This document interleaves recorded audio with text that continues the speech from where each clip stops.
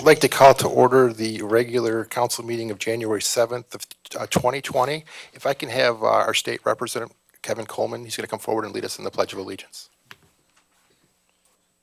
I pledge allegiance to the flag of the United States of America and to the republic for which it stands, one nation, under God, indivisible, with liberty and justice for all.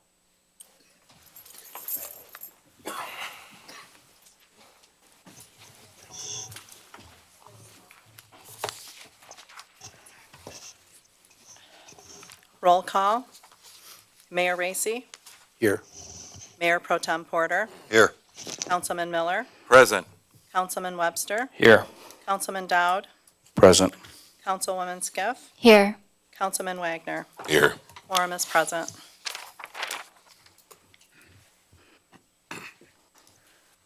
The first item on the agenda is to have a moment of silence for Chief Ted Scott, Bernice Millar, and Larry Stockwell.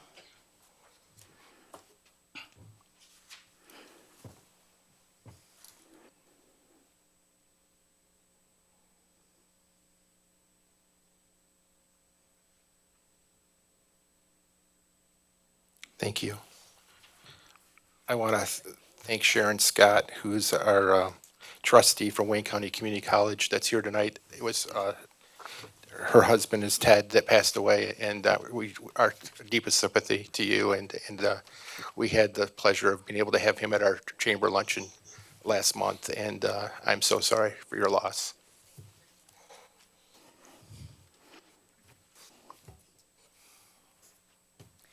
Item number 1 is to approve the agenda. Move to approve with one amendment. State Representative Kevin Coleman is here and would like to make a presentation. So we're moving that to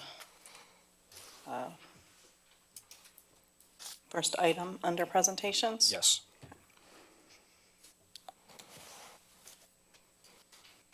Can I get a second? Support. Anything else? All in favor? Aye. Opposed? Motion carries. Item number 2 is to approve the city council minutes, the regular meeting minutes of December 17th, 2019. Move to approve. Support. Any questions? All in favor? Aye. Opposed? Motion carries.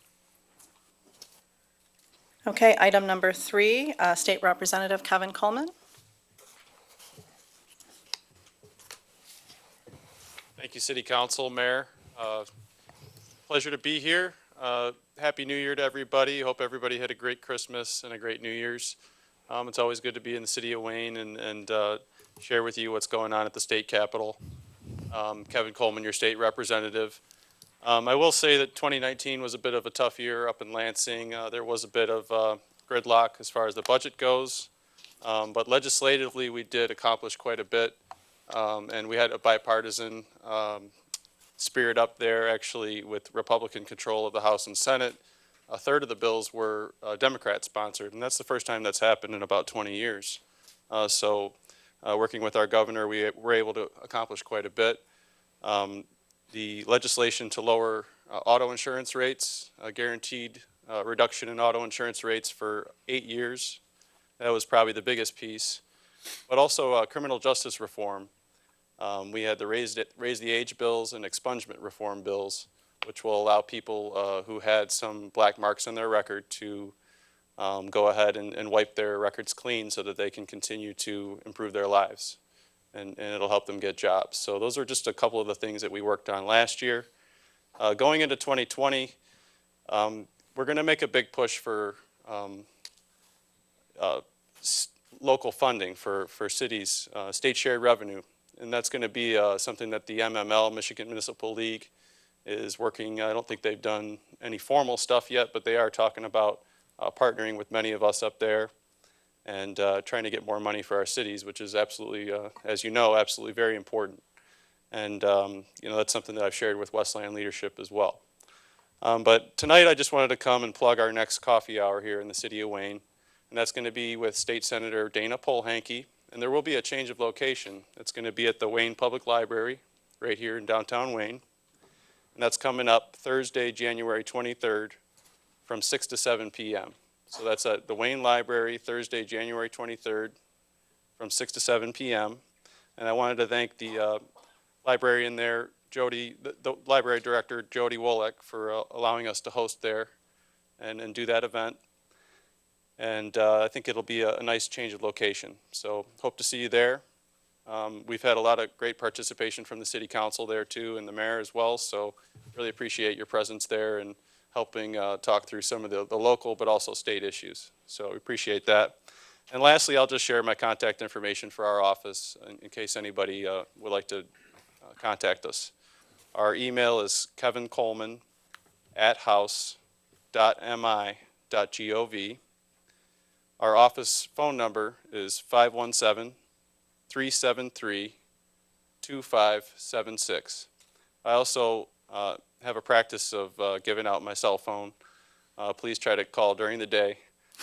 But if you'd like to get a hold of me personally, I am available to anybody, any resident, any city official that'd like to give me a call. I like to pick up the phone myself and talk through the issues. My cell phone is 734-751-6321.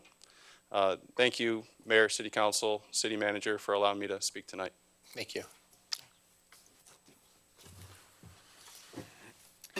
Item 3A is bond presentation with Catherine Sample, Finance Director.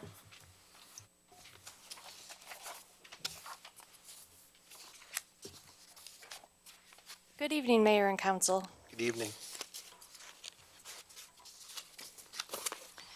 So this is just a general overview of the bonds that we have.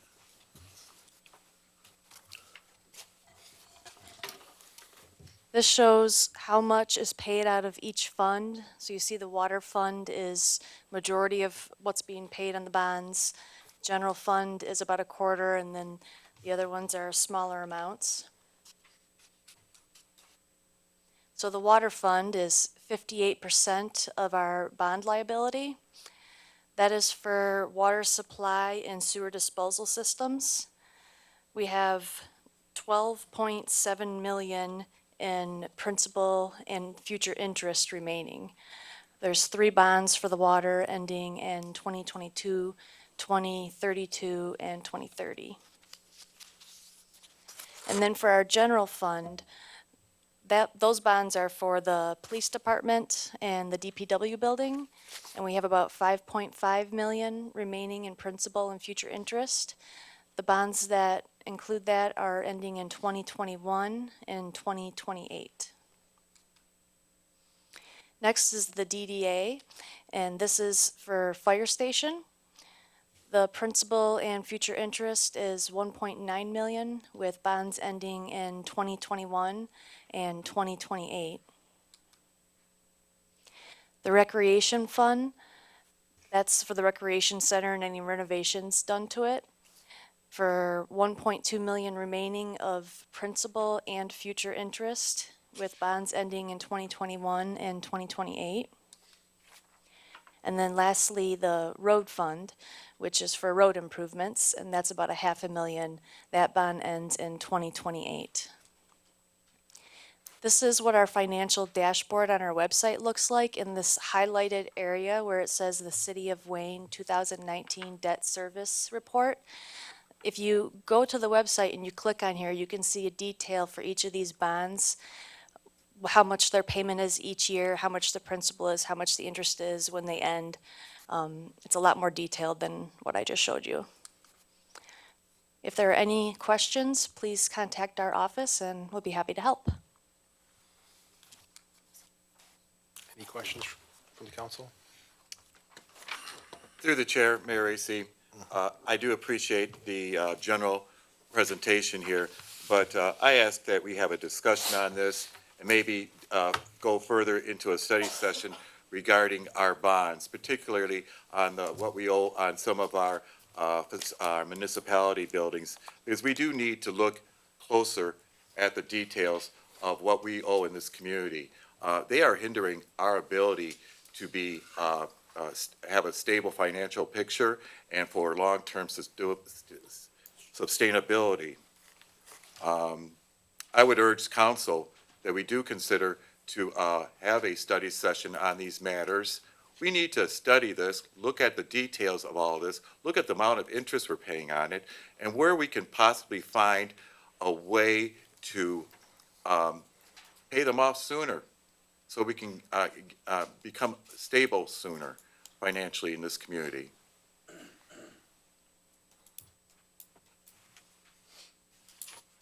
Okay, anybody else have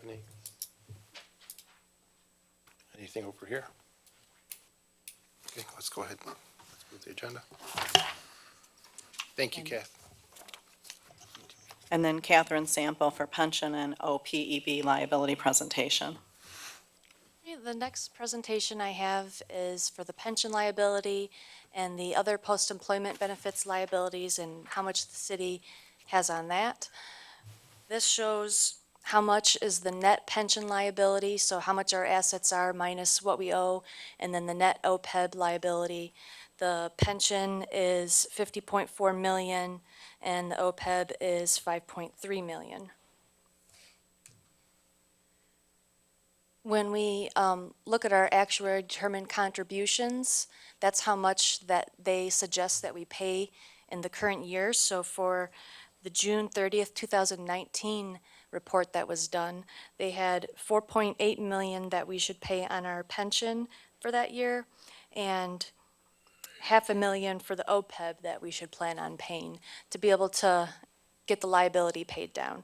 And the rest of the pie, that's how much of the liability would be left if we made those payments. This is just showing the membership of retirees that are part of the pension and the OPEB. See, the pension has a few more people in it than the OPEB since we no longer offer the retiree health care. And then here is the pension liability funding.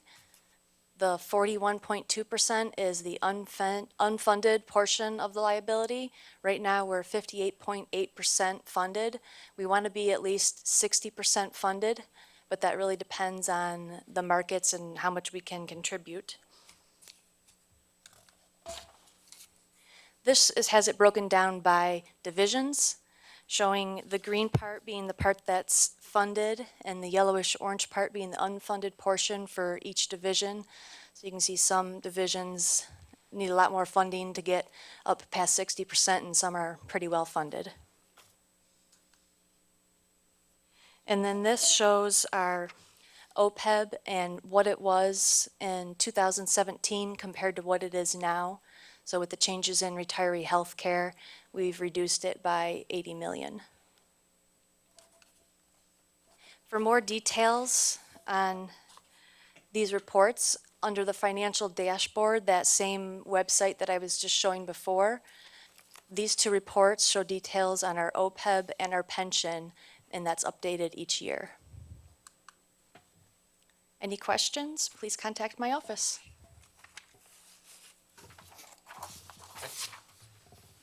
We're all set? Mayor Racy, through the chair, I would ask that, is there any support for us to have a study session to discuss our liabilities? I think this would be a good study session to have prior to our budget cycle, in considering that down the road for our next budget. No one wants to discuss what we owe in the city. I don't Thank know you. what there is to discuss. I mean, we can look at the numbers on our own. Well, through the chair, I think that it gives us an opportunity to brainstorm on looking at all the options on what we can possibly do differently to lessen, quite frankly, our charge cards. Okay, what we owe on some of our municipality buildings.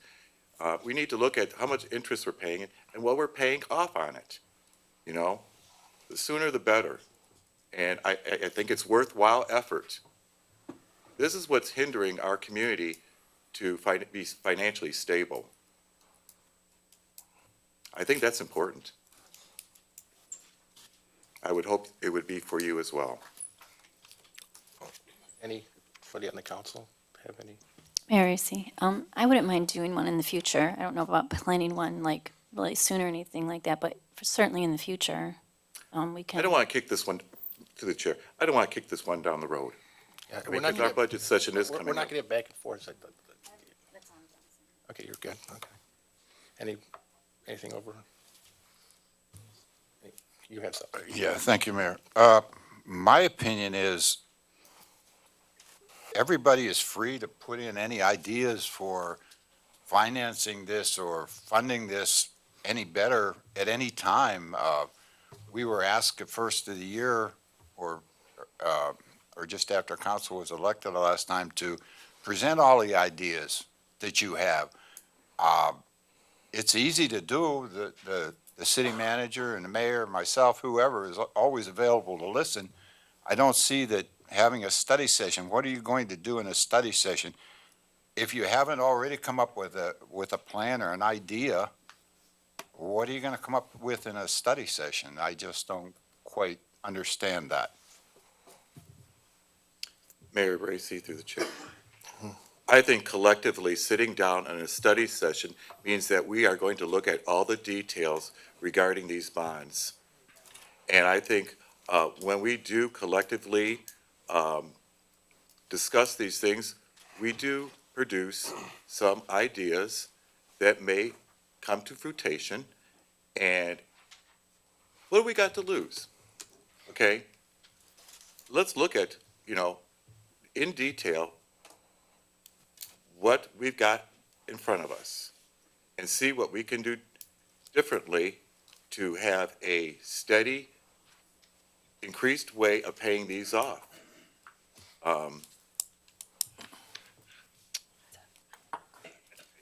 Privately, behind the seal, conversations, or individually, to deal with what we owe. I would feel more comfortable if we did this together, okay? That way, we can all kind of be leading the same direction on what we should be doing or potentially could be doing. Mayor, if I may. First of all, I don't know if you track how many times I go to the website and check out the reports, but the information's all there. And you can deep dive into it, and I think it's great. I think we do a very good job of being open. I think the website doesn't scream, come here for the reports, get this, open this up, this is new, this is updated. But I go to the reports all the time to see the changes. Sometimes I look for the census updates or whatnot. I reference a lot of what's on the website, which is fantastic.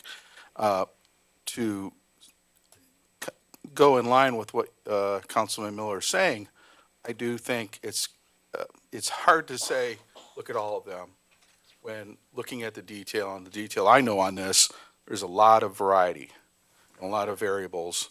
And I think for a study session to be effective, you have to be more specific and direct on what you want to attack. So I just asked Councilman Miller that you reflect on maybe on what specific bond you want to look at and make it, come together on that and look at the detail on the website if you haven't. Looking at it on the screen is a little difficult, but like I said, I've already been looking at the reports, especially the OPEB and because you do update them, and I think it's fantastic. With that, I'll be quiet. Mayor Racy through the chair. I agree with you, Councilman Dowd. I am looking at something specifically. I am looking at the police station, the fire department, the fire station, and also the community center. We are in debt with that. And, I think that there's potentially some options there that we can do. There's some things of these bonds that we have done what we can with them, okay? I am not convinced that we have not done enough to be able, what we can do to lower those debts on those facilities. And it is hindering us again. It's going to take us longer to recover. I'd like for our community to recover sooner before the next recession, quite frankly, so we can be better prepared for that potential. That's why I'm bringing this up. I'm looking specifically at those three debts. Okay, any other council? I'm just going to make a comment and let you speak. I would suggest that you put something in writing and send it to the city manager if you've got ideas of what a specific thing that you're talking about. Because I know that the rest of the council have conversations, they talk to the administration, and we should be having conversations to talk about this, and it shouldn't be, we don't have to, I don't believe we need to have a study session currently without an attack of what you're trying to put on the agenda. Just having a study session to just have a blanket thing with no plan of what you're trying to attack is, I don't think is really going to be very effective, and I think that's what the Mayor Pro Tem was trying to say. If you've got some ideas, I think the council's more than willing to look at those, but put them together first before we just come into a study session and we'll look at it. Mayor Racy, to your point, you just indicated that there are multiple conversations independently between city manager and council. That should be shared entirely with the council on email, so that we're all on board. Okay, individualism like that does not benefit all of us, okay? Basically, I felt out of the loop now, okay? Because obviously you've had these conversations regarding of where we're at with these bonds, and I wasn't included. Left me in the blind spot, and here I'm bringing it up tonight. We need to look at these things, and you're telling me we've been discussing these all along, and you need to do your own homework. Is that what you're saying to me, Mayor Racy? No, we're saying that you don't talk to anybody. You get stuff in your report on a consistent basis from the city manager, and we all communicate. You don't communicate with anybody, and you are on an island by yourself, and then you get upset with the council that we don't talk. We do have conversations because we should be talking to each other, but we don't come to a conclusion. We are supposed to be working together to try the betterment of the city, and you choose not to do that all the time, and then come and attack the rest of the council. That's not fair. Pardon me, No, I hold never on. attack anybody. Hold on 1 second. I'm pointing out, making. No, point, hold on a Mayor second. Racy. Point of order here. The Mayor Pro Tem's next. Mayor, through the chair, we cannot communicate with council that way. Correct. We're not That having. that is a violation of the Open Meetings Act. I talked to the city manager. If she wishes to pass it on or ask a question to the rest of council, she does, but we can't send emails back and forth with everybody on it. It's a violation of the Open Meetings Act. Correct. But sometimes I have a question or an idea that I send to her or to the mayor or to both of them, which is fine. A lot of times they'll tell me, oh, we've tried this, or we did this, or we can't do that. It's individual. We need to talk individually as well as, we cannot, let me say it this way. We can't solve everything in a study session. Everything can't go to a study session, or we'll spend 24 hours a day out here. We need to speak among each other, one-on-one, one-on-two. We can't go over four. We can't go to four because it would be a violation. If we come to a consensus, if two or three of us come to a consensus that, yeah, this is a good idea, we could definitely call for a study session. Then we have a thought, and we have a pattern to go after. Not just, well, I think we ought to have a study session. Everything's going to a study session now. That's all. Mayor Racy, our email system is to be used for us to communicate questions, and those questions are directed to the city manager. And I have seen in the past where she has conveyed that, but I have seen very little, if any, information regarding about our bonds, okay? Or any feedback from the other council members that maybe was a good point to be made, to be shared with the rest of the council. I mean, that is the channel of communication professionally with a city council. No, it's not. That's what he just said. You can't send out stuff from all the council members and have a conversation on email. That's illegal. You cannot do that. You've tried that before, and we've told you that we can't do that. We cannot have that conversation, but we have had meetings. We're not asking to make a vote. Hold on a second. We've had meetings where we've called each council member in, and they've had a conversation with Plant Moran and Katie and the city manager or whatever, and we've talked about financial issues from the bonds a variety of topics on financial stuff so that everybody's able to get information. And sometimes we've done it where it's 2 council members at a time. And you guys can all attest to that. That's what we've done that, so that's how we've been doing that. Mayor, There's nothing when- being when you're- hidden in agenda to that. If I may, Mayor, just being the last to be trained by the MML on some of this, well, both of us did. We actually, if you have a reply all, and everybody in here, or a majority, you're having a meeting on an email. You can't do that. That's MML 101 training on Open Meetings Act. It's a meeting. That violates the Open Act. You can't do it. Now, personally, my opinion, if I have something that I'm addressing to, and I have, say, a conversation this way, I tie it into the city manager and, the mayor or the mayor pro tem. That's not a meeting. It's under the rule. I like to go a little more cautionary in one council person and the city manager, and that's it, and let her run it through.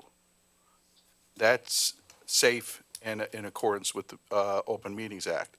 I think what you're trying to imply as your expectation violates the Open Meeting Act. It's my opinion. Now, I'm just going to restate the other thing that was your immediate point. I asked you to be more specific, and you threw 3 large buildings with still a lot of detail, a lot of complexity to it. That's still too wide, in my opinion, for a study session of this magnitude. I would like to ask the question, in having a financial study session on bonds, who would need to be involved to make it effective? Because we're not the bond expert. He's not the bond expert. Who are we putting at the table with us we're going to spend more money? Or is this gratis with the lawyer and with Plant Moran? Or is Plant Moran going to be on the dime? Yes, we could have the city manager address. And Katie can certainly chime in through the chair. So let me bring a couple of things into perspective. I understand where everybody's concerns are here. And the reason, first of all, the reason that we did this presentation is because it was requested. If you'll recall, I did send all this information to the council via email, this entire document, because it was something that I'm having issues with, and I've had issues with for 4 years. So we work with a gentleman named Bobby Budzinski. Bobby Budzinski has been handling the city's bonding for some time. And Bobby and I and Katie have been on the phone. I've been on the phone since 2015 with different companies, organizations, people like that, banks all over the country. Katie has been on since she has been hired. We do calls frequently with AMBEC and all these other organizations trying to identify ways to get these interest rates down, right? But because the city has a revenue issue, nobody is going to stick their neck out for the city to lower these interest rates and help us at this point. And we have exhausted this. I mean, even Bobby has said, I'm not sure where to go next. We're not giving up, certainly. But if you don't have revenue to back up, what they're taking on, so to speak, they're not going to give you a better interest rate. So what we've been attempting to try to accomplish is, with all of these things we're cutting, as hard as they've been on the employees, and as difficult it is, healthcare, reducing our obligations, those are all positives for us because it's reducing our debt obligation, which does play better with this. But still, every time, Katie, and you can certainly chime in, we've been on the phone with all of these different groups from around the country. Everyone has said, you guys have got to come up with some collateral for us to be able to do this. The last time that we were on the phone, the last group, AMBEC, asked us to put all of our water and sewer funds up for collateral in order to lower our interest rates. Well, there's no way in heck I'm going to do something like that. If we have a catastrophic event where we have a major catastrophe with regards to our water and sewer, what are we going to use to pay for it, right? So that's not a healthy way to do it. So that's how desperate, this situation is.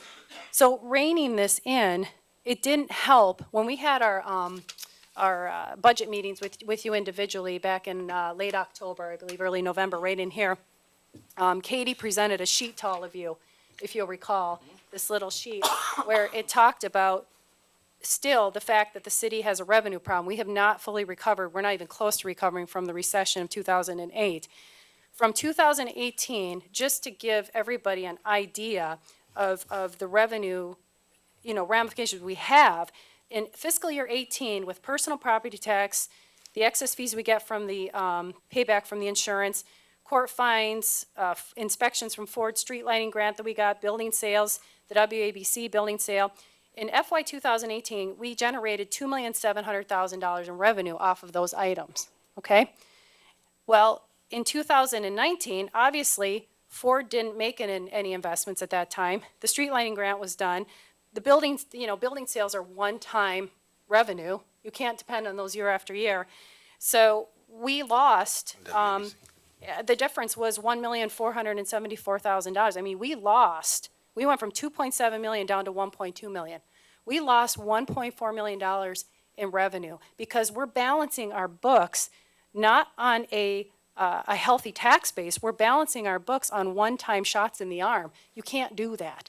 So when you're going out to these individuals, asking these companies to look at our interest rates and give some money to us and get a lower interest rate, they're not going to do that because we don't have any skin in the game with regards to, the fact that they just look at our numbers and the fact that we lost 1.4 million just within 1 year because of these things. There's no way we're going to get those interest rates down. Now, I'm not saying it's not possible. And so what I'm going to recommend, I think will maybe bring some of this in. Numbers have to do with everything, whether it's your bonds, whether it's your revenue sources, whether it's the taxes not, our tax base, not growing the way it needs to, our pensions, our obligations. I think it's going to be a full financial study session is what we probably need to do again, if we're going to do a study session in that sense. We're going to be doing our budget meetings here soon. Katie's getting the schedule out to the directors because February is about the time frame we start our budget sessions with the directors.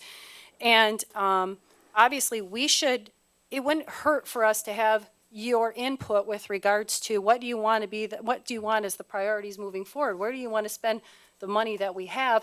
And maybe, what are your ideas for generating more revenue? And I'm not talking about revenue through fees or things like that. I'm talking about revenue that we seriously need to knock these bonds down, to knock these payments down, to do the things we need to do. I mean, right now, we're working on the rec center. That's a huge piece, right? We're in the middle of the rec center's for sale right now. And it's a sore subject, obviously, but that is $1 million that, we need to get rid of and get off the books as soon as possible. I apologize for being long-winded, but there's so much in front of us that has to do with the financials, and that is a piece. These items that we've lost out are a piece. We're running out of buildings to sell now. We're running out of assets to sell. The game has changed. It has changed since last year significantly. So maybe that's the subject matter, but it includes all of these items. So that would be my recommendation, I guess. Mayor Racy, to your point, Ms. Norsini, I don't think we have an unhealthy tax base. I think we have too much debt. And it's not because we need more money, because, once we eliminate these bonds, we'll have more of a stable tax base, okay? No, we won't. Right now, we need more money to pay exuberant amount of debt that we have. We're still hanging on to,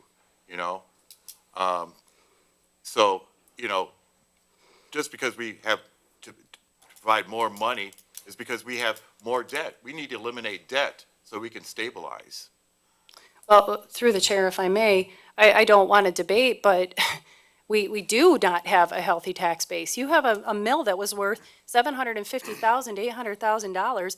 When these bonds were taken out, that's worth $350,000 now. That's a problem. We lost 45% of our tax base. Wayne was one of the hardest hit communities in Southeast Michigan. We haven't recovered. If we had another recession in 2022, 23, which is going to happen, I don't know how we're going to recover.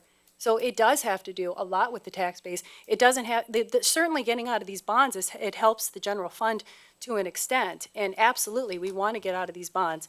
But the other problem is that, we're still going to have pension obligations. You can't bond for pension obligations. So I'm just saying, what I'm trying to say is an educational session, right? We're trying to educate each other. Is that when you have a mill rate, when you bond it to the hilt at a $750,000, one mill, we're $750,000, and it drops that dramatically down to $350,000, it's nearly impossible to recover from that. Because you're still paying for $750,000 when you're only giving 350, if that makes sense.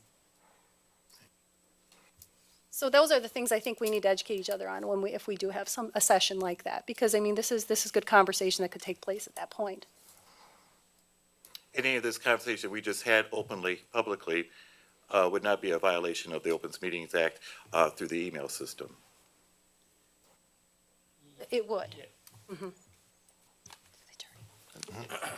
Thank you, Mr. Mayor. Yeah, yes, it would, because it wouldn't be open to the public if it was being conducted on email. And just, if I may, I mean, Yep. we were all very well informed on exactly this not too long ago. Absolutely. Yes, sir. And I'm assuming everybody did attend their meeting. Yes. So we're all informed. The value of our bond is unsettling, and it's not something that's overnight. And I applaud the administration for not borrowing against our future, continuing to do, which is where we're at right now. It's not something that is a 2-year, 5-year thing. I mean, 2028, right? Yes, sir. And 2023, and 2026? 2032. That's pretty far out there. And you look at it and you go, 1 point, it's half. You gotta divide it by 0.5, the value of it. Yet the cost of it is this. That's not going away quick. But you did inform us on that, and I appreciate that. I held it. I'm not against study sessions. I think they just need to be very, very specific and with an objective, that's all. Anything else? Okay, let's go ahead and move the agenda. 3C is certificates of thank you to the volunteer organizations for their work on Holiday Night at the Museum 2019. Okay, thank you. Well, this is the fun part of the meeting. A lot less stressful. First, I want to thank, and I think Paul and Ginger are here from the First United Methodist Church of Wayne. I'm going to talk about each. The First United Methodist Church has been involved in this from the day one, and each year they've got a little bit more involved. It started just using the property, and then we're using one of their members' vehicles and a variety of different things. Now they've opened their building to us, and now they're making soup, and it's a great thing when you see the community coming together for the common good of the people of this community. And I couldn't be happier with what's been happening with that. And they've done an awesome job in representing our community. And our community should be very proud of that.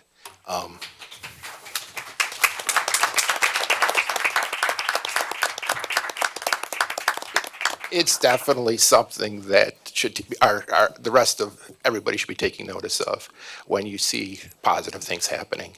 And we cannot have enough positive stuff happening. Our world is going to crap, on a regular basis. Just read, you just go on Facebook, like I know a lot of people in this room do, and you just look through your feed and how people just argue and come up with stuff. We need to focus on these positive things that can make our community better. And this is just one example of something that we had that was an unfortunate situation where we weren't able to do a parade any longer. And we've turned a negative situation into something that I think is a great thing for our community, and it brings people together. And that's one thing that, like with the parade, you had people that showed up, but now you have interaction, and people are able to talk and be able to communicate. And that's to me what a hometown, small town thing should be. And I applaud your efforts, and I hope that we can get other churches and other community organizations. We just keep getting this bigger. So I'll start off with bringing the two of you guys up here to present you with a certificate.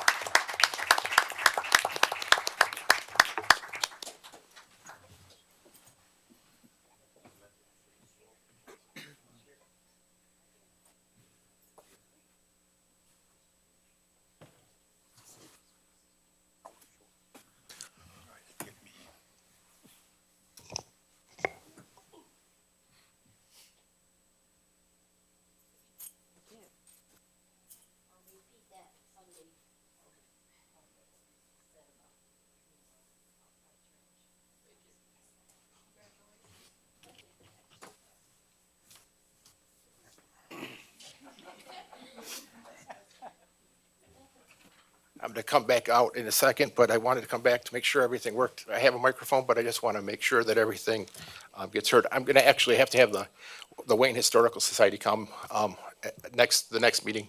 They weren't able to attend tonight, and I want to make sure that we present things correctly to them. They've done an outstanding job, and we'll talk about them at the next meeting. But the next group that I'm going to talk about has been in our community for just over a year. And the Methodist Church allowed them to rent space from them. And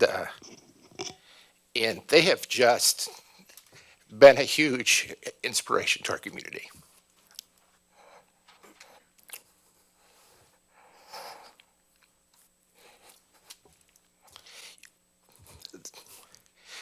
The amount of volunteers that they bring out to help is extraordinary. And sorry I'm getting choked up, but it's important. We don't see this kind of stuff anymore. And this is the example that I know that their pastor is trying to set. They're trying to show people what Jesus would do today. And they are the hands and feet of Christ. And they're being examples of that. And we should be very proud of that. You don't see that enough.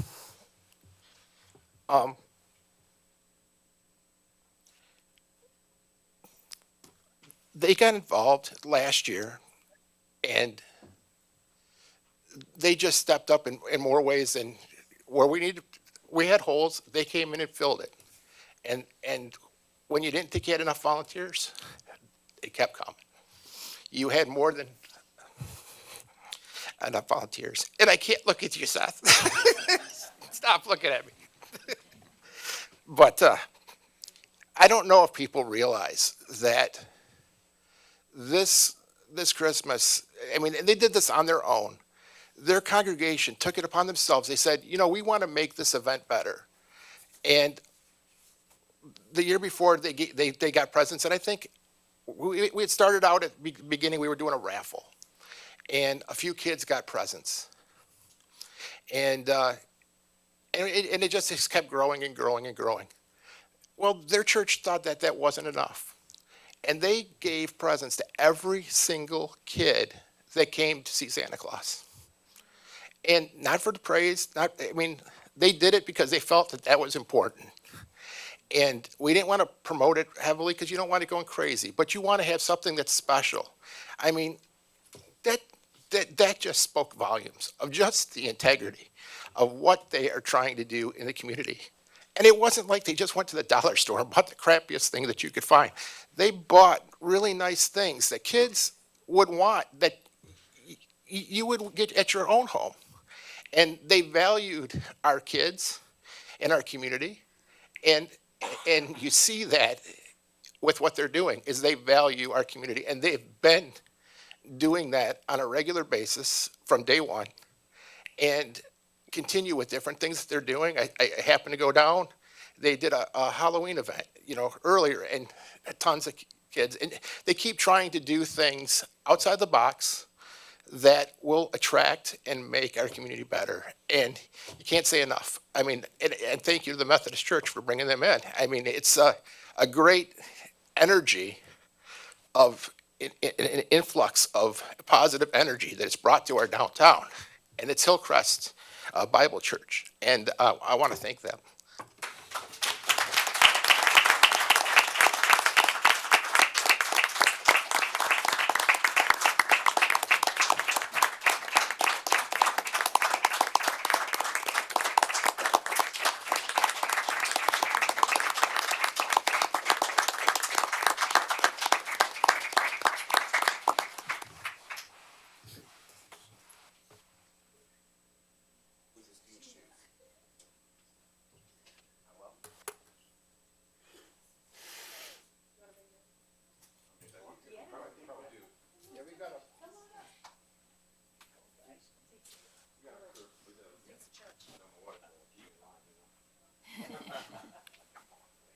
They go as far as on Wednesday nights, I think it is, that they take their entire church to the Dairy Queen to just make an investment, I mean, they do some really outside the box things and making sure that, you can be on both sides, you can be on this side.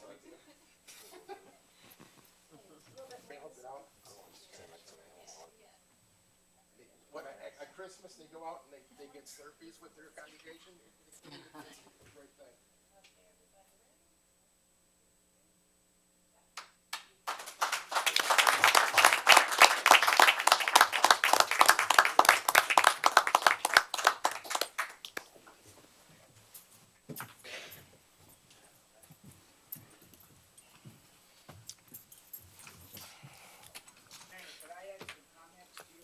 Sure. My name is Paul Cook, and I'm a lay leader at the First United Methodist Church. And our church is very small. It's a lot like your community. It's kind of gone downhill, and people are getting older. Our average age is about, I think it said 70 years old. That's the average age. We had no children at all. We had no youth group. So the members of our church were getting in the dumps, I guess you might say, about the church and thinking about going out of business and this sort of thing. And then along came Zeth. And I've known him for quite a while from the funeral home where he worked. But anyway, the influence of his church on us old folks in my church is more than you can explain it. It was like erasing 10 years off of an old man's age and reinvigorating the spirit of what a church really is about. And then we were just getting in this this mode where it was, I'm gonna go, this sort of thing. But his church, and this may sound funny, has regenerated the spirit of another church by doing the things that they do. And it's a real blessing, and it's a real act of what Jesus can do if you let him do his work. Thanks. Thank you. Seth, did you want to say anything? You good? Okay. I just want to make sure. Yeah.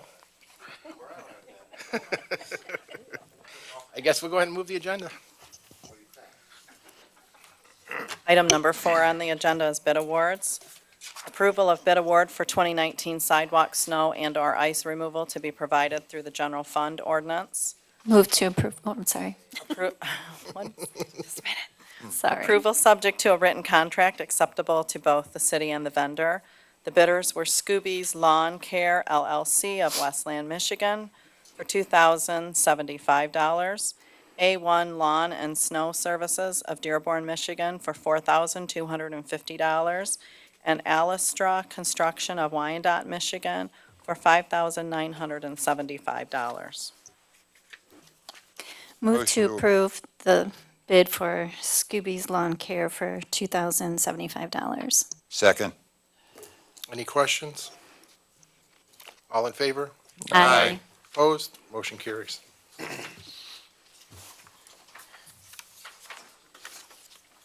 Item 5, general items. 5A is approval of a resolution to Michigan Department of Transportation authorizing Ed Queen and Michael Byton to apply for permits to work within MDOT rights-of-way. Move to approve. Support Dowd. Any questions? All in favor? Aye. Opposed? Motion carries.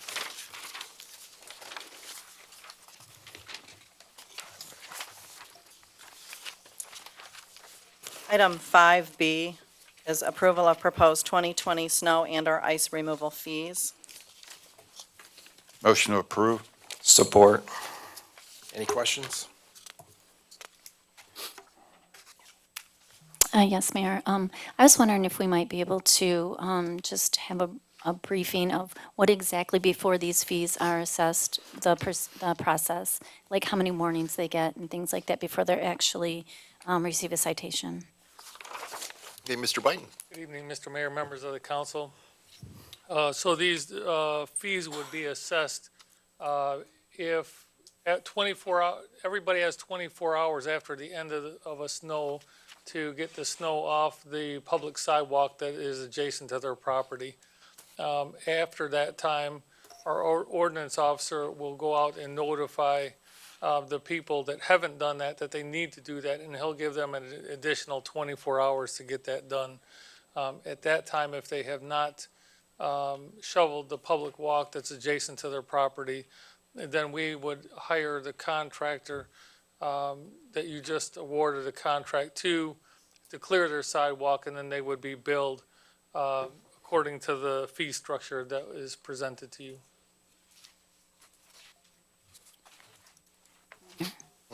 Can I ask another question, through the chair? How is it that you determined these fees? What did you use? What type of guide did you use in order to determine these That's a fees? good question. We used the fee structure, actually, this fee structure is identical to the one for our tall grass. What we find is that this is a fee that keeps us from being, for the tall grass, the lawn service for the city of Wayne. If we charge them a very small amount, then everybody, not everybody, many people would just default, and then we'd have to be mowing everybody's lawns. This is a similar structure to discourage people from allowing us to go in and take over their responsibility. We want to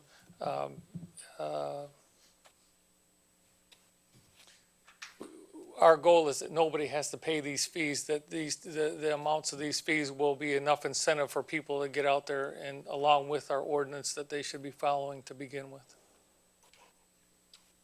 Mayor, if I may, just a question. I would love to be able to do my own snow and ice and lawns, and I think everybody knows I'm a little handicapped.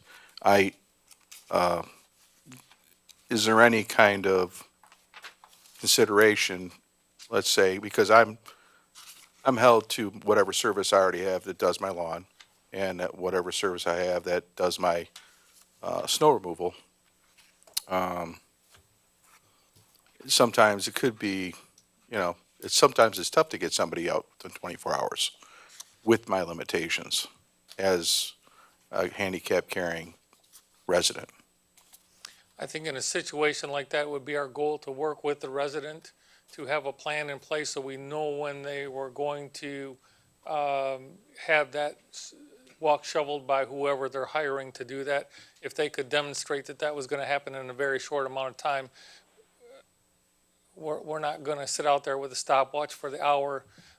We just want to make sure that in the past, where we've been caught in this situation between the DPW being able to be fully staffed and go out and shovel for those residents who didn't, in a time that we're at right now where we're bringing on a contractor to kind of help out with that, we've had sidewalks that haven't been shoveled for a very long time, or ice removed for a very long time, and the kids have to walk through that daily, right? And so we're trying to get that time frame down as quickly as we can. So if there's an unusual situation, I think the city would work with that resident to get things done as quickly as we could.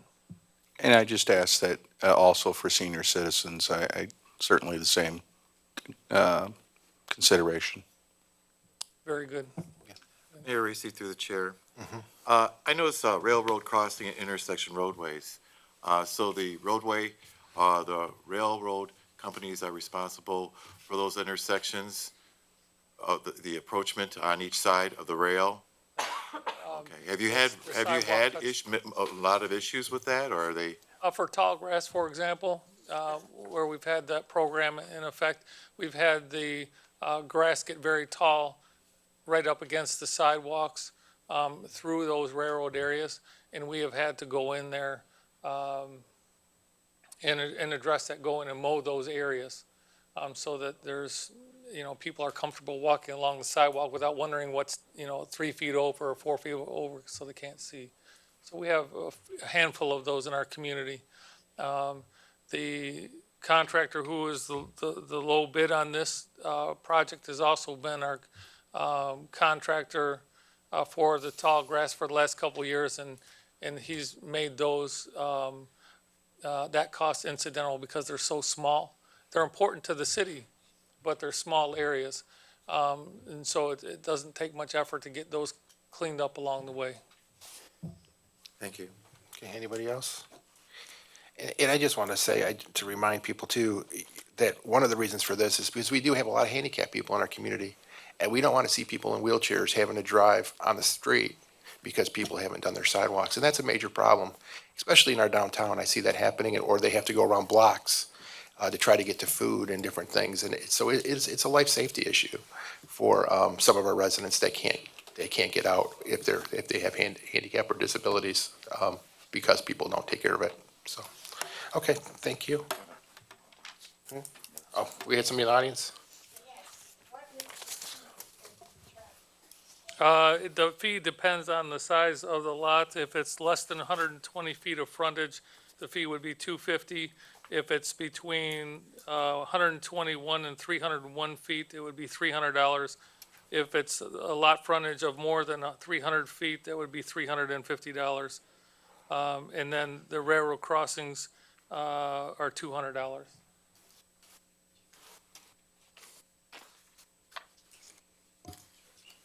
Okay, anybody else?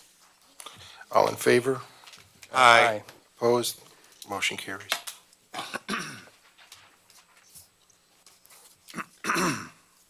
Item 5C is approval of the modification of the subcontractor agreement between Conference of Western Wayne and the City of Wayne Youth Assistance until September 30th of 2020. Move to approve. Support. Support, Dowd. Any questions?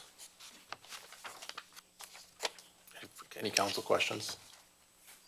Ms. Pride?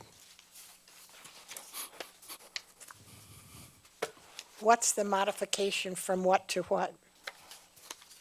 Are you able to address that? Hold on one second.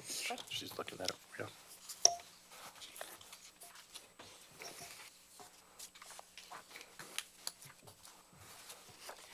It's just extending the agreement that was expired on September 30th, 2019.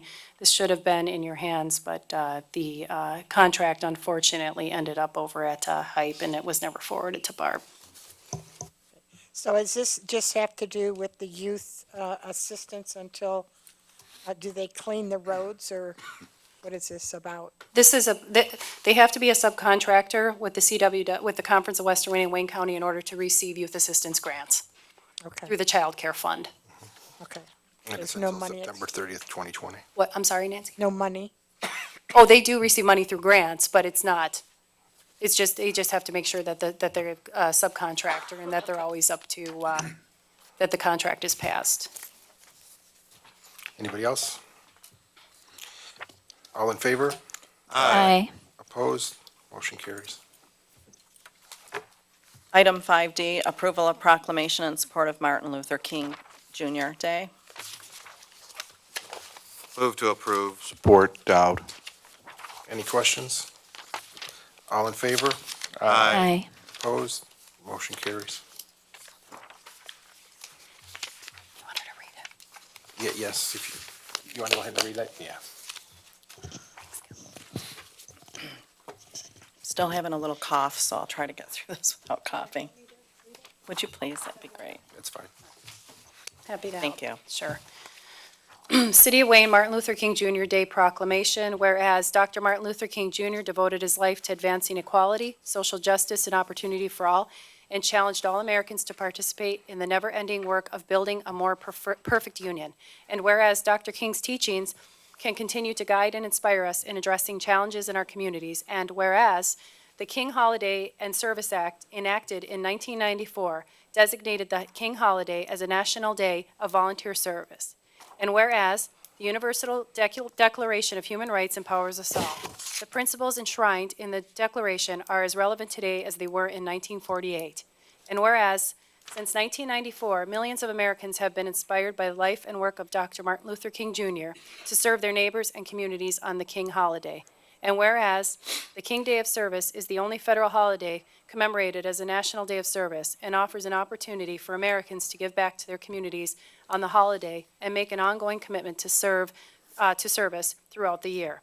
And now therefore, I, Mayor John P. Racy, and the Wayne City Council do hereby call upon the citizens to pay tribute to the life and works of Dr. Martin Luther King Jr.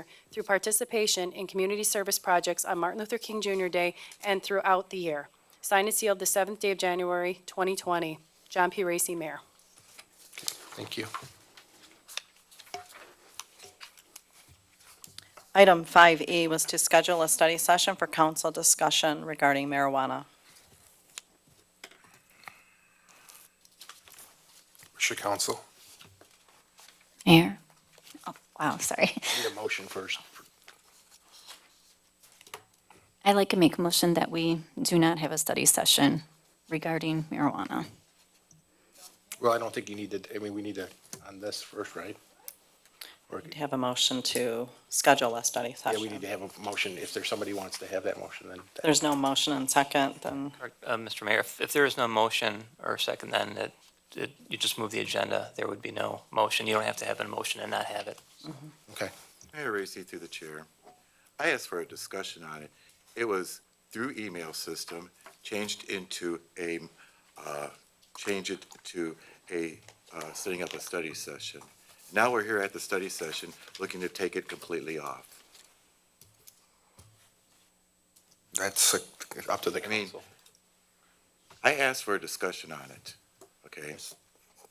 Like I said, we're not even doing that. Someone just overrides anything that I ask, or, and this has happened more than once. Okay? Well, can I have the city attorney address? Sure. Mr. Mayor, and Councilman Miller, the item on the agenda E is to schedule a study session for council discussion regarding marijuana. So if you'd be making the motion to schedule a study session, although I'm not sure that's exactly what I'm hearing you say. If you want to make that motion, then you would make the motion to schedule a study session. If you don't want to make the motion, then the agenda would just be moved. Well, then, the case may be, I'll make that motion that we have a study session on recreational marijuana. Set up a date for that study session. So would that be a motion to amend this? The item on the agenda is to schedule a study session for council discussion regarding marijuana. You indicated that you wanted to have a study session regarding recreational marijuana? Correct. Okay, so then I guess the motion is amended, I guess would see if there's support for that or not. So do you want to read the motion? So the motion by Councilman Miller is to amend, his amended motion is to schedule a study session for council discussion regarding recreational marijuana. Mayor, if I may just ask a question, just a point of clarification, because we're not the experts in it. Where is the state and where is your office with recreational in helping to provide us in a study session scenario? Can you give some insight? Are we ready to have one with the details, or is the state ready? I don't know that the state even has their final regulations passed at this point. I know a number of communities have passed a myriad of different types of ordinances regarding medical and recreational marijuana. I was having a discussion with Mayor Pro Tem Porter on this very issue before the meeting, and I think he saw an MML presentation which indicated there are various folks in the state that just anticipate that a lot of this is going to be settled by the courts because it is a very highly litigated, expansive area right now. If I might share, the communities that we represent that have had marijuana, once they start talking about marijuana, it has a lot of interest. It takes up a lot of energy from city staff and from the legal services to just keep up with the questions and the various iterations of ordinances. So if you want to have a study session on marijuana, it's something that would probably need some time to put together. Would work with Mr. Hitchcock from our office. That's sort of our in-house expert on this, and see if he could put together a presentation for you. But there's nothing really, there's not a lot settled right now. So I'm not even sure the state has their final regulations and everything. Mayor Racy, through the chair, to the attorney. My understanding is that the state is already taking applications for, for licenses throughout the state in different communities. I think would it not be important for us to start thinking about what our ordinance would be to reflect recreational marijuana? And also, you know, they did already start issuing licenses back in December. They already did put together guidelines for operation. Mr. Mayor, Wayne is currently an opt-out community with respect to recreational marijuana. So if, Vote on by the council. yeah, that was passed by the council. So if there was some desire to decide what a opt-in scenario would look like, then I would, I guess, call upon Mr. Hitchcock to come in and give that presentation if that's what the council wants. I just have to interject, though, do we have final good data to make decisions right now from the state? There is no. Well, you've got the data to opt out. Right. What I would suggest that council consider doing, and it's council's wish, is to just sort of see how this goes in neighboring communities. I think Westland just passed a very comprehensive amendment to their ordinance and their framework. Other communities are moving forward, and I would rather Wayne be in the position to learn from the experiences of other communities than have to learn at our own expense. Mayor Racy, through the chair, would this should be something we could be considered to be put on a ballot proposal? To opt in or out?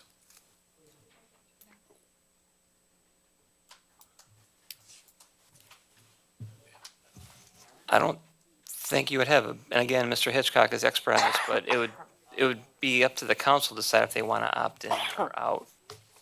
It also can be with the voters. I suppose if there was a referendum that was brought by the citizens, but again, I'm trying to answer your questions as best as I can, but I know you have a recently amended ordinance that deals with the medical iteration of marijuana, and as far as the recreational goes, at this point, Wayne is an opt-out. Yeah. Mayor. Of course, we shouldn't even be discussing this because there's no second to the motion, but I don't feel, and excuse me, I haven't spoken to the members of council at all, but I don't think we're ready to even get into this. And I was one of the proponents that said, yes, the vote was 2-1 for recreational marijuana in the city, or the city, the residents passed it 2-1 to have recreational marijuana, that not, statewide. But I just spent 4 to 6 hours on webinars and studying and looking through the emergency rules that are now in place that are going to be somewhat changed if I got the perspective from Mr. Brisboe, who is the head of the Marijuana Regulatory Administration. I don't know if anybody else here has spent a couple days studying this, but that's just in preparatory for Mr. Hitchcock to come in, so we have an idea of where we're at and what all these terms are and what they mean and what happens if you do this or what happens if you don't do this. It's a very complex matter, and I don't necessarily want to hold off on it for a long time. I want us to discuss it, but I would ask that council at least do some webinars. MML has a webinar, costs you $20, but it's money well spent. You'll learn a little bit more about all the terms and what Mr. Brisboe is talking about. I just think that we don't want to act too fast in this case. There's not going to be that great an amount of money. If it was a beautiful tax revenue coming in, that would be great. There's going to be the excise tax. The cities, municipalities will get 15% of what they gather. And of that 15%, then it's divided up among the different municipalities. So if Westland has 50 retail stores and we have 4, they get a lot more than we do. Our share will be so minute that it's not going to make a big effect on the budget. So what we're looking at is to please the citizens of our city. So I think we need to step back and do a little bit of education on it before we even go into a study session. That's the reason I didn't second it. Mayor, may I? Yeah. My reason for not seconding it at this point in time is I don't think it's a good use of our time to even have a study session until the state figures their part of it out. Because we could have a study session and figure out the emergency rules, and then they could change them all whenever they do that. So I believe a study session is appropriate after the state figures out all the regulation and gets that passed. Did you have something? Did you? Yeah, through the chair, thank you for allowing me. I know this is your discussion, but I just want to add something to just recall on this subject matter. The administration has no opinion either way. We will support, and do the homework and do all of the legwork for whatever you would like us to provide to you, certainly. But lesson learned with regards to how the state has, changed the laws, changed the rules since we adopted medical marijuana in the city. Because as soon as we started going through the process, as you recall, how many times do we have to change the ordinance? How many times do we have to revisit it? It was nauseating because the state kept changing regulations.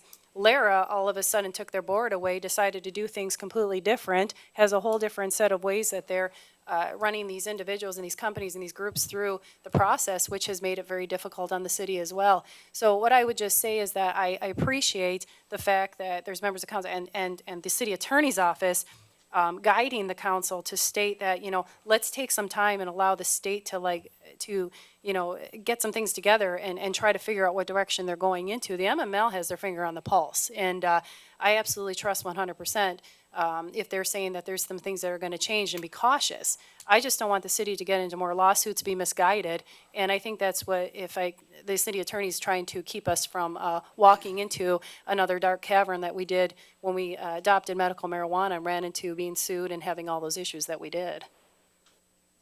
Thank you. Okay.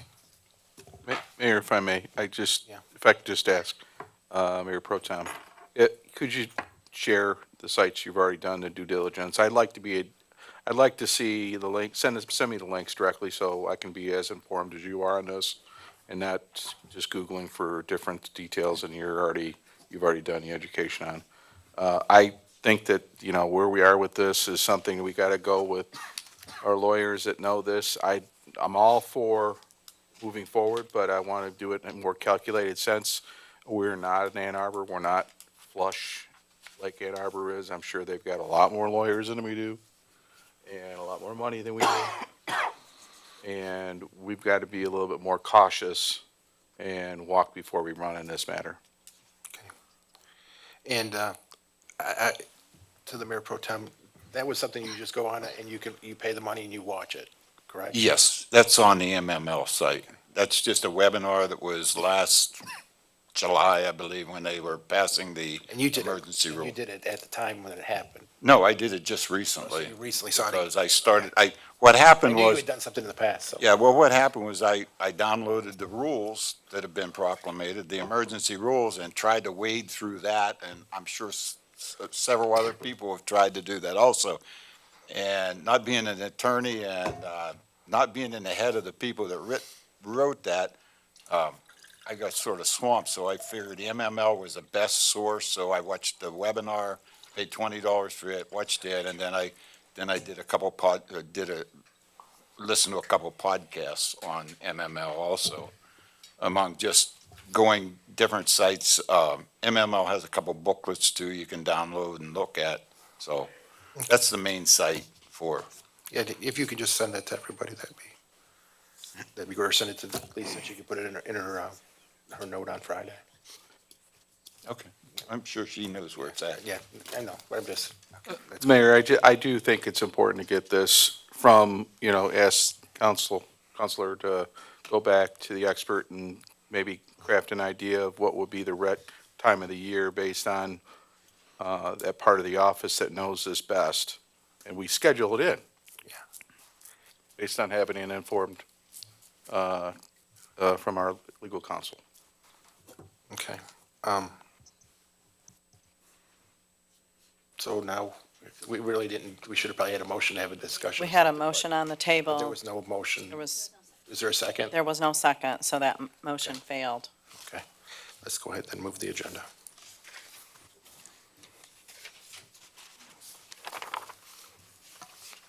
Item number 6 is administration reports. Through the chair, Yes. thank you. Happy New Year to everybody. The staff is already, last Friday, we were already meeting, getting ready for the new year, so we're excited to hit the ground running and finish up the projects we had and get started on some new ones. The first thing I want to tackle, though, is over the holidays, Councilman Porter, thank you for bringing it to the city clerk's attention and my attention, that there was an article that came out on December 27th regarding clerk certifications, where they stated in the article that our city clerk was not certified, and I wanted the city clerk to address that, if you wouldn't mind, through the chair. Thank you. Thank you. So the Free Press article came out on December 27th. The information that was contained in that article was a reflection of completion of 2016-2017 continued education, and the source data was as of May 2019. I was not the city clerk in 2016-2017. I started this position in March 18th of 2019. It would have been virtually impossible for me to complete a 2016-2017 classes, and some of those are in-person classes. So, but I can say with confidence that since I've been here in March, I have completed every single training that's required. I am fully accredited. I was accredited back in 2009 when I was a deputy clerk for another municipality. I had to actually ask for special authorization to repeat that class just because I wanted to have a refresher, because laws have changed, and it's a lot to know. And if I don't know something right off the top of my head to give you an answer, I do know my resources and I know where to get the answers. So rest assured, I am accredited and I am fully trained. I'm up to date with everything. I also have a certified municipal clerk certification that took me 3 years to get. And I kept that current because I earned that back when I was deputy clerk before. And so I do have that as well. So I do have my transcripts here. If anyone would like to see, please come up and see me after the meeting. I'd be glad to show them to you because I'm proud of it. So with that, that's all I have to say on that. Thank you. I hope that clears up that item. Again, thank you for bringing that to our attention, Mayor Pro Tem. Just a couple of things. The city has raised just shy of $5,000 in the last couple of months for the Veterans Memorial. And we have several donations that are still pending, but they're still coming in from all over Southeast Michigan, which is interesting. So if you can still encourage individuals to donate even $5, $10, everything helps. But we're making progress on that front. So, and I'm sending out letters to the individuals who donated right away. So I want to thank them if they are listening. We look forward to the Atwood Park Playground replacement that is slated to take place in late spring pending no delays. That, you'll recall, that was, Lori worked on that through community development and the community development block grant. That structure does need to come down. The structures that are wooden are full of arsenic and they're not safe, and certainly that that's an obsolete playground now. So I really look forward to that. Ed and Lori talk frequently about making sure that everything will be cleared as far as the fence line. Now the company will come in and clear out the play structure and put the new one in, so it's not a community build. But Ed's going to make sure with his crew that trees are trimmed, and then I know everybody's been asking about the spindles with the names on them. We are not going to burn them. We're not going to throw them away or destroy them. Any of the spindles with names on them, when the fence does come down, and we'll let the public know, and that's not going to be for a little while, they will be at DPW for anybody who wants to pick up one of those spindles. Now, mind you, your spindle may not be there because a lot of them have been destroyed, unfortunately, but we're going to take good care of the ones that the DPW is able to salvage and make sure that the families or organizations or anybody who donated those gets them back. I want to thank Ed Queen. He assisted me over the holiday. I was writing a ton of grants over the holidays, but Ed assisted me with the submission of a grant to M Parks for $10,000 to replace, which was the maximum, to replace the picnic tables at Gowdy Park, the green ones. They're in rough shape.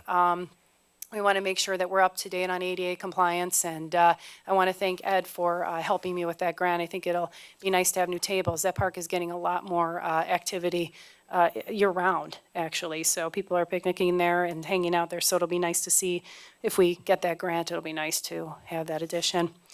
And then, as you recall, the city submitted a grant to the state just before the holidays for over $240,000 for critical technology upgrades. We hope to hear about that in March or April, so I'll keep you posted as soon as that comes through. Usually this grant is due in October, but they did extend it, probably because the budget took so long to approve at the state. So there might be a little bit more of a delay, but Jeff and I are keeping our fingers crossed that comes through.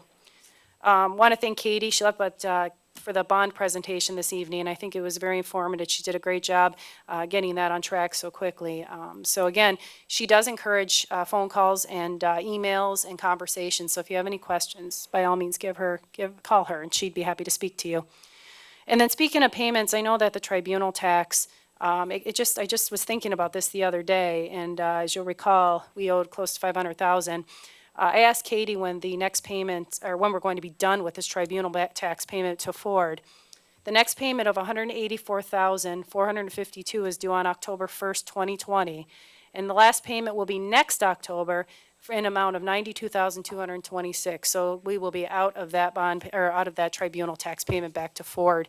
And as I stated, that was the city's fault.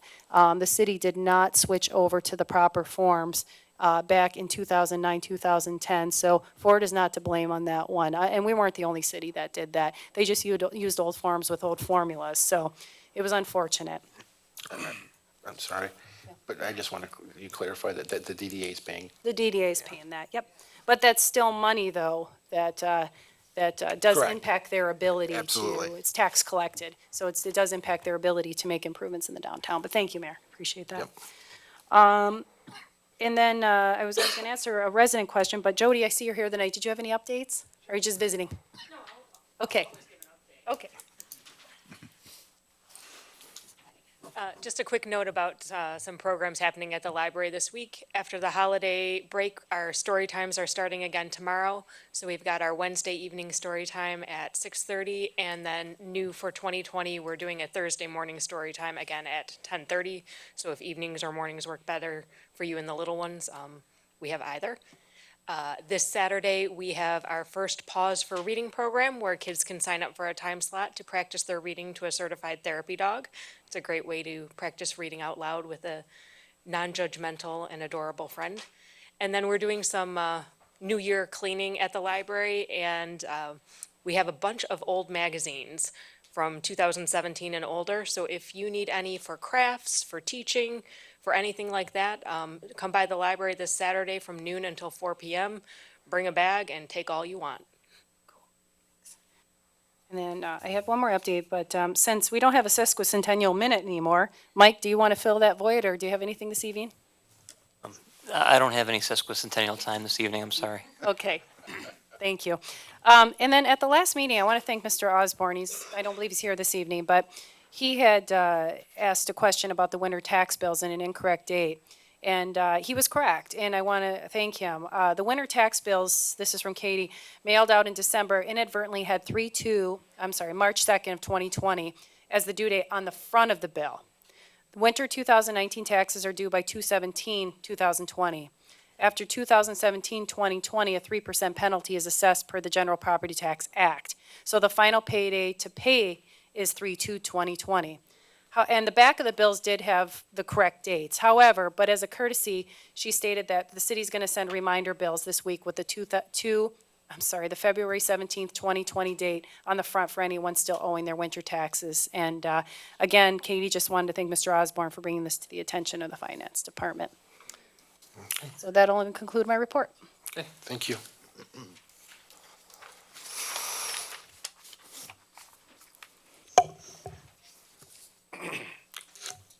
Public comments for matters not on the agenda pursuant to the Michigan Open Meetings Act and the enacted procedures and rules of City Council. Now is the time for public comment.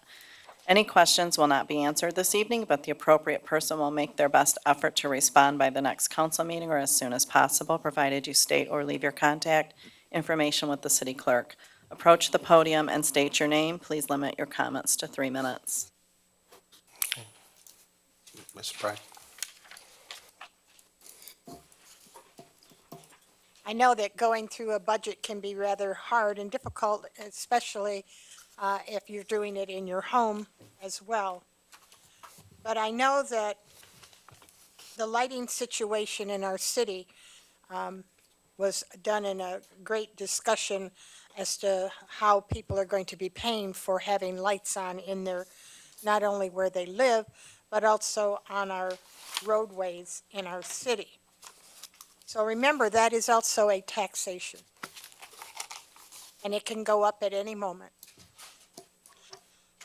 The other thing is you're having problems with having revenue or some kind of ability to offer to somebody to pay off bills and things. I don't know if you heard of Dave Ramsey, but I have a whole cassette tape if you need it.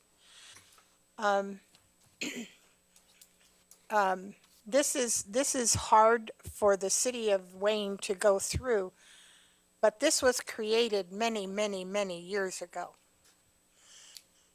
Okay, we all were enjoying the parades and the festivities, and everybody was blinded by what actually was going on in our city.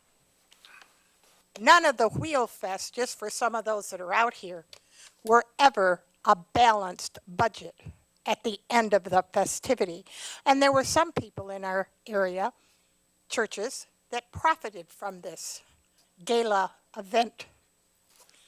And I, as a person of the citizens of Wayne, kept bashing at them and saying, you can't do this. You are putting us in jeopardy down the road.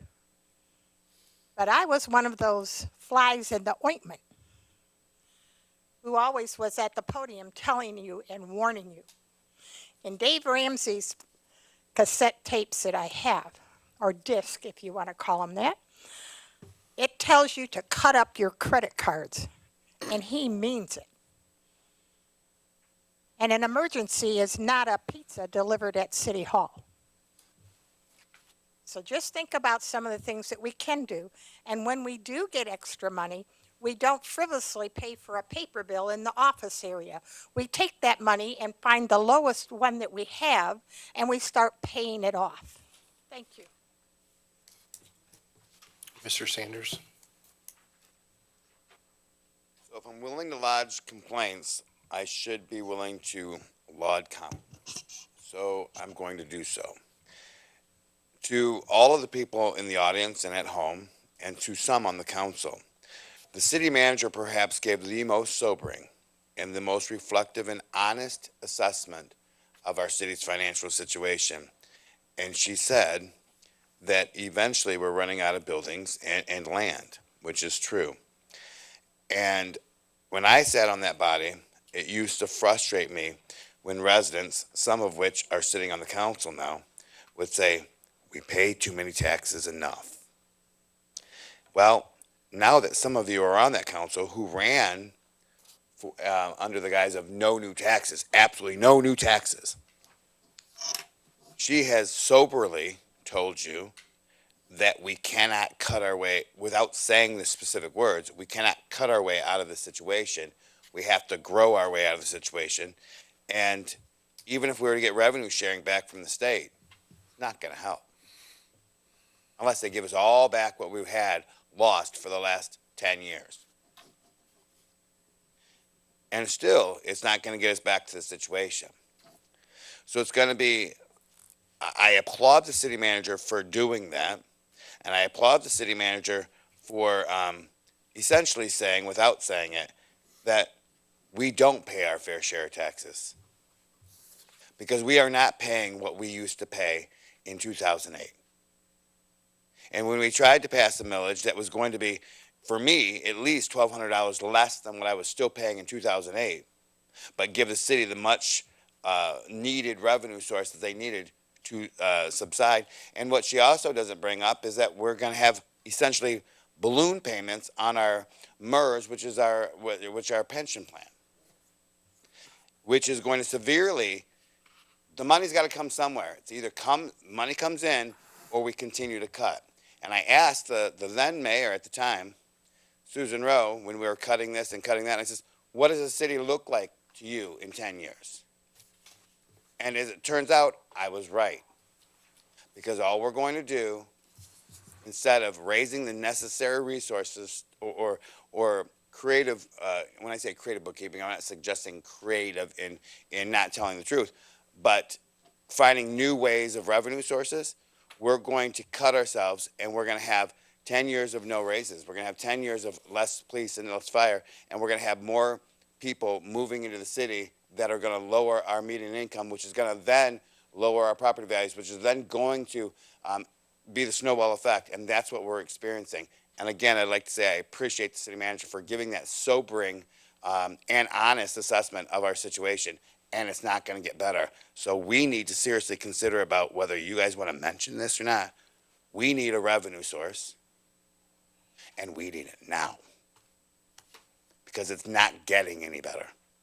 And it's going to be very interesting to see at least one or two of you who railed and railed and railed and railed and called us all liars. Well, they're just hiding money. How are you going to go to your supporters and say, oh, they were telling the truth all along? You're at your time. Thank you. Anybody else? Okay, go ahead and move the agenda. Item number 7 is items for next agenda.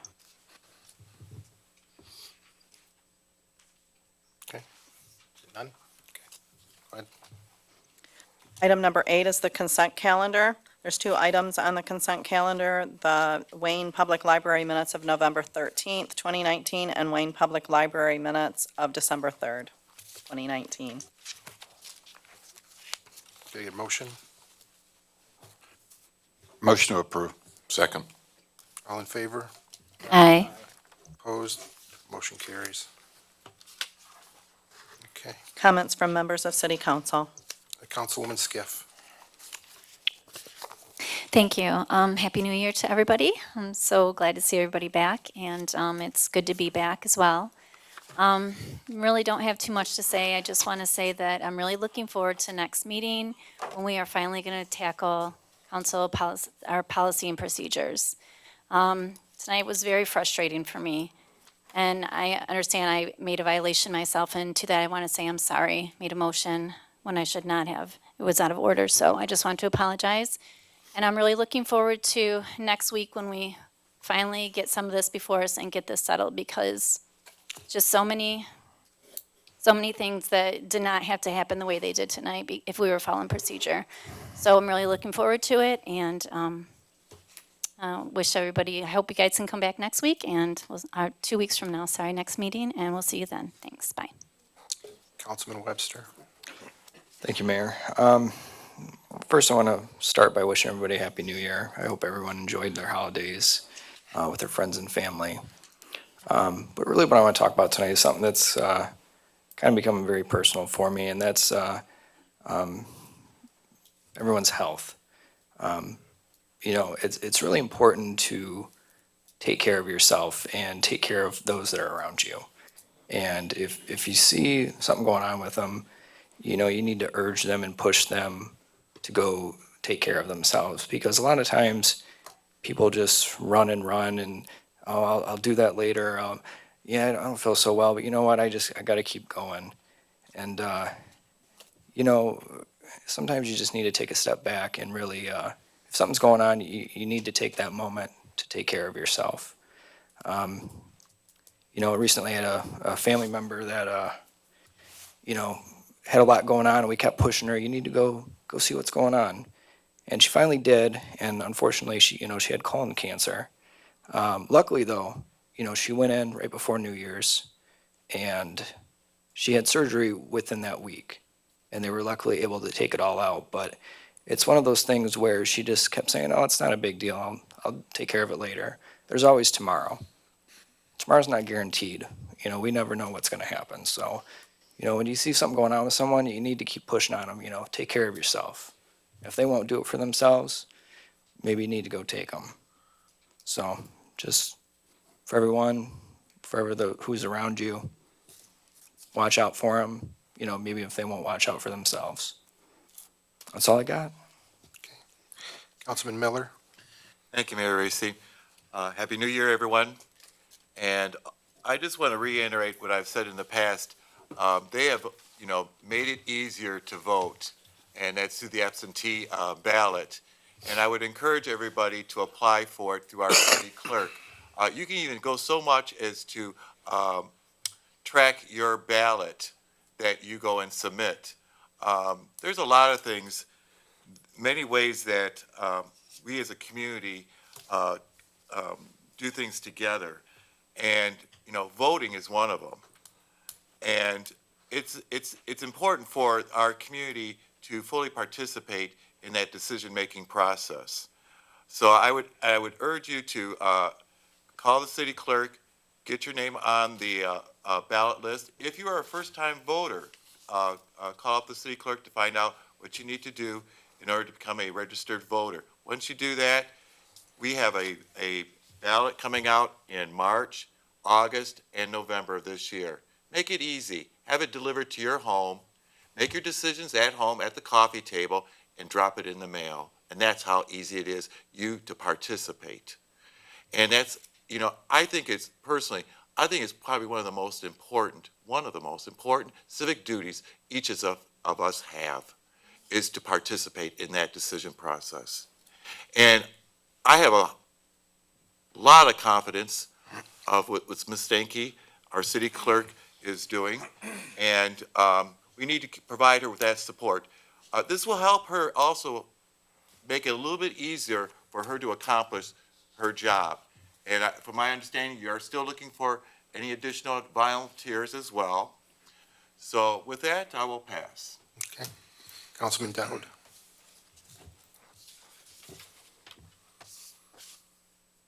That'd be you. Is that me? Dowd. Sorry, I was looking, Dowd. I wasn't ignoring you, I was just pulling up. Oh, you're a problem. Good. Just want you to know that, I know I'm on video. I actually thought you said somebody else's name, this here doesn't work so good, so. We're fine. Just speak up a little bit. Thank you, Mayor. You're welcome.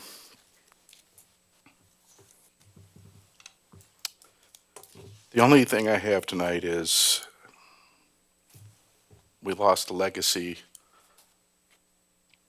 earlier this month. Larry, Coach, Chum, Stockwell.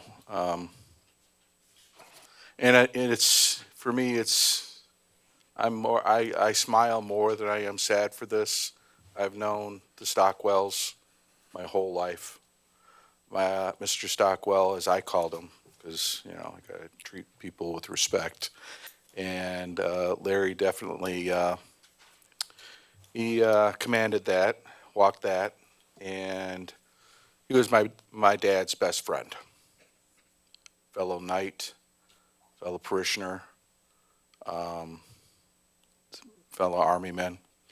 And so they had a lot in common, and I was fortunate enough that every time my dad escaped in the Country Squire wagon, 1972, and there was one of two places three places we escaped to: Northside Hardware, Lee Wright's, or Chum's Donuts. Sometimes we did all three.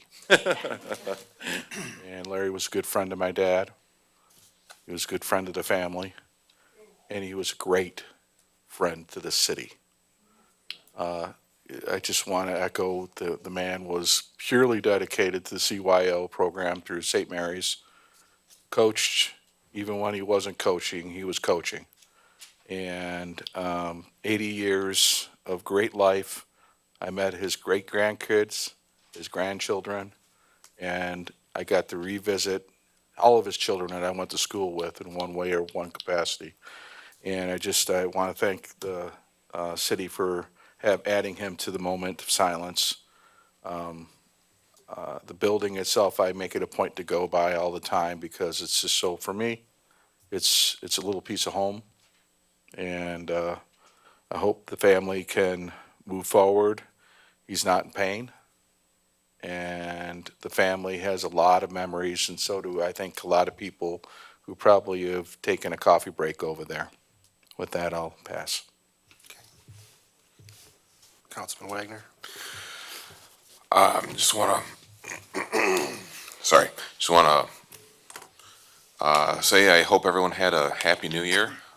Sorry I missed the last meeting. I had the full-out flu. It is no fun. Want to remind everyone, Kevin already said about his coffee hour on Thursday, the 23rd, from 6 to 7 at the library. And lastly, I just wanted to say, let's keep an eye on our parks when we can. There's unfortunately still a lot of vandalism and trash that happens. Try to report it if you can. If you see some vandalism, most of us have smartphones now. Snap a picture of it and email it to somebody here at the administration so that they can, send that over and take care of that. And of course, if you see somebody littering or vandalizing, you can always report that as well. I ran into that at the park by my house, and it was really just send a picture in, and so that way the guys at DPW can know about it, and they can get to it when they have a chance. Thanks. Mayor Pro Tem? Thank you, Mayor. Happy New Year, everybody. And I'm just going to make a little statement here. I want everybody to know that we discussed emails and all of that this evening. I will speak to anyone on council at any time, and I do not ever vote against an item because of the person presenting it. If you looked at there was also a discussion about the marijuana item. I asked it to be changed to a possible study session. Why would I do that? Because if you look at the agenda, there is absolutely nowhere on an agenda for a business meeting that says discussion of ? That's not an agenda item. This is a business meeting, so there is no discussion other than the only way we could have discussed it on the agenda was having it put up for a vote, and we are not ready to vote on it.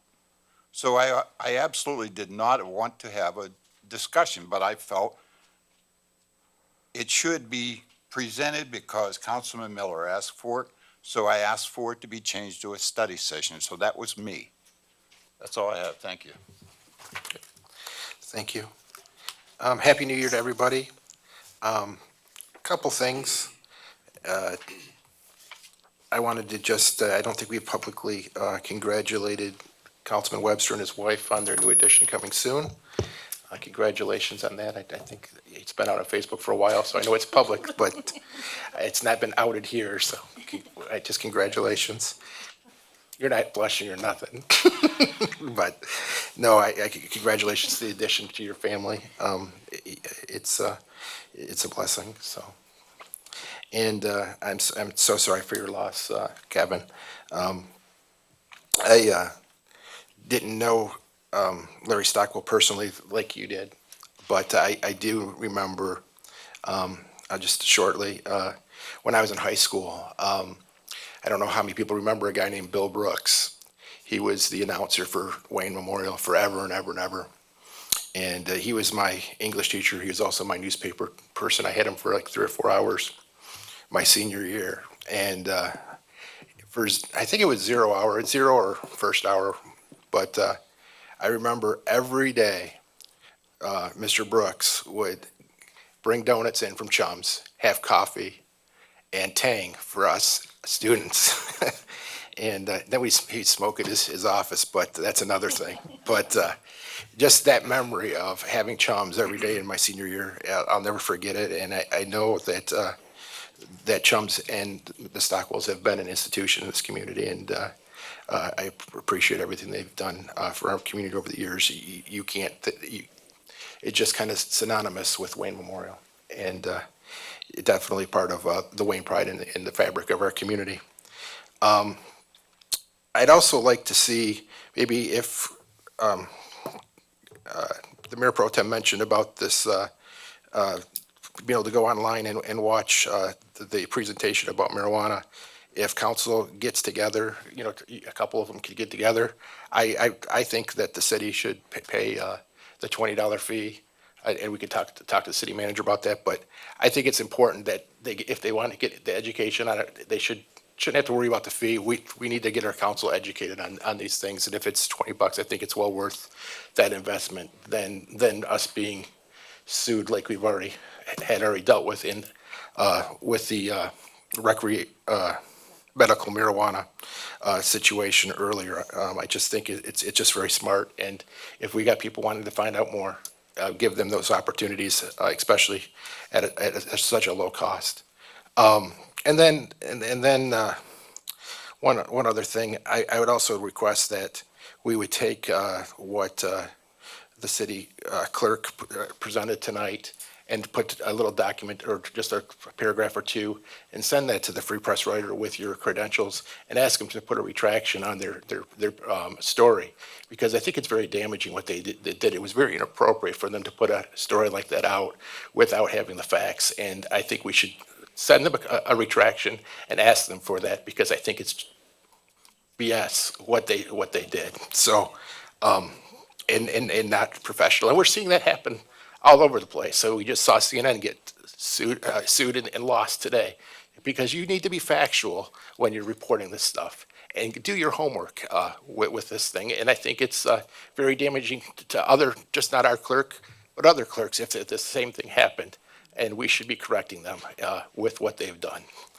And with that, I just want to, again, thank Hillcrest and the Methodist Church for coming out tonight. I really appreciated your participation and what the contribution that you're making to our community. And with that, can I get a motion to adjourn? Motion to adjourn. Second. All in favor? Aye. Opposed? Motion carries.